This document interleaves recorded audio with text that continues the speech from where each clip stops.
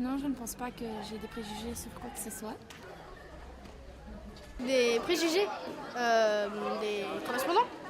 Non, des préjugés. C'est quoi?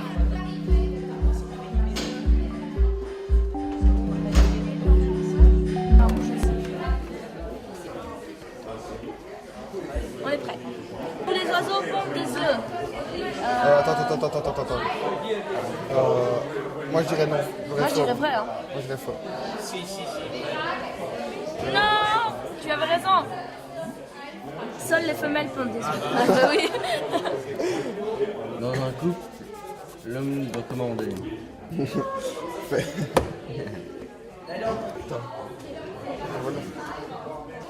La police est raciste. Faux. C'est un opinion. Non, c'est un opinion. C'est un opinion. Les handicapés font pitié.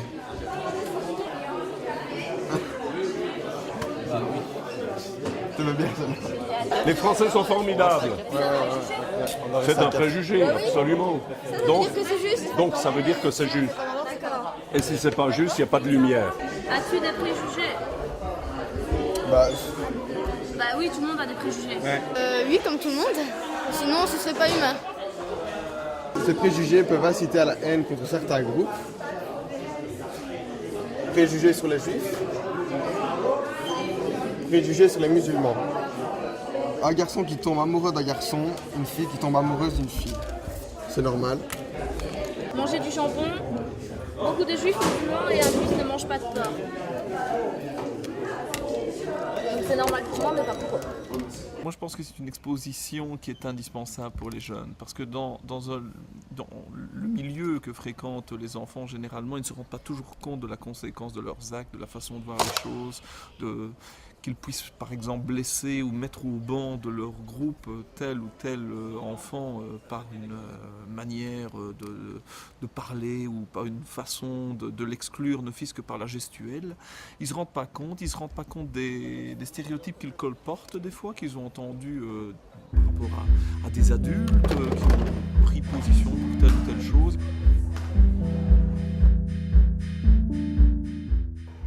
Un bouc émissaire, pour moi, c'est une personne qui, justement, subit... C'est d'une façon ou d'une autre quelqu'un qui n'arrive pas à se faire respecter. Un bouc émissaire, c'est quelqu'un qui est... Comme ça, parce que le bouc, ça doit donner paix. Regarde. Descends. Je sais pas. C'est quoi le but? Il y a plus C'est où le paix? Je ne sais pas pourquoi il y a des personnes qui font ça, qui prennent des boucs émissaires.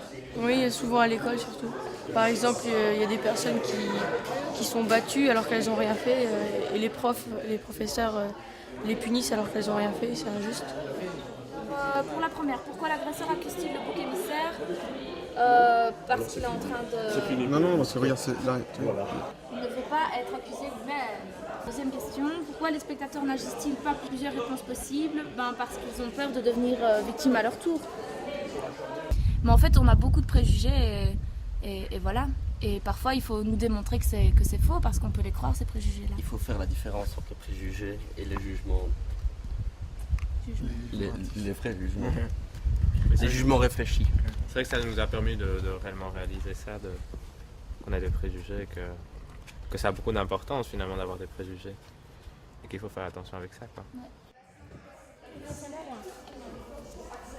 Tu respectes l'autre, tu désapprouves la discrimination.